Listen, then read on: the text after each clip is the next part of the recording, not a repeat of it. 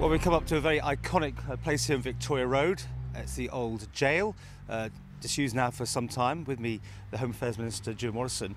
And really, this is the end of the road now. This is the final sites we're going to see this before the bulldozers and the wrecking crews and everything move in. That's right. I think it's a reminder of a rather grim history in the Isle of Man. I think we'd all say it was better than Castle Rushen, which it replaced as the Island's prison. But I think it does represent, an island where we weren't living up to our international standards, international obligations, where you had two people to a cell and you still had slopping out. And I think that's a good enough reason for getting rid of the site.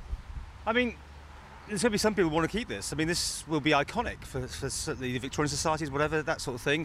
Any pressure there to keep it? Well, I don't think so, and because I think we've got some great examples around the island of really good urban brick buildings. Of course, if you look around this site, not just the front gate, but there really isn't that sort of compelling need to keep this compared to, in my view, compared to places like sort of Douglas Railway Station or Port Erin Railway Station, which are really beautiful buildings, fit for purpose and still fit for the modern era. Well, your predecessor, Mr. Earnshaw, said he was going to get rid of this quite quickly at the time, and he could see future uses for it. But, I mean, A-wing, the old traditional thing, that couldn't have been kept for anything for historical purposes or turned into a hostel or something? Well, I think you're sort of trying to sort of crowbar something into a site that isn't really fit. I mean, you've got a lot of sort of different areas here. They've got a high wall, you've got a certain amount of parking here, but it's really not fit for much at the moment. So hopefully what we'll be able to do is level the site. It'll be used for a bright new future as probably housing somewhere down the line. So you actually got no ideas yet what to do with it?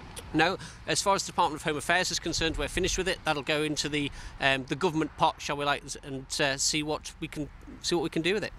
I mean, there was a fairly new wing put on there only about 20 odd years ago, and even that can't be safe. No, I mean that old wing, the new wing as you call it, was in a bit of a state in itself, and we did look at moving it and having it demounted because we are building new cells at the prison, at the police headquarters, and we thought they might be usable for that, but it really isn't fit for purpose, and so we're having to lose that along with everything else.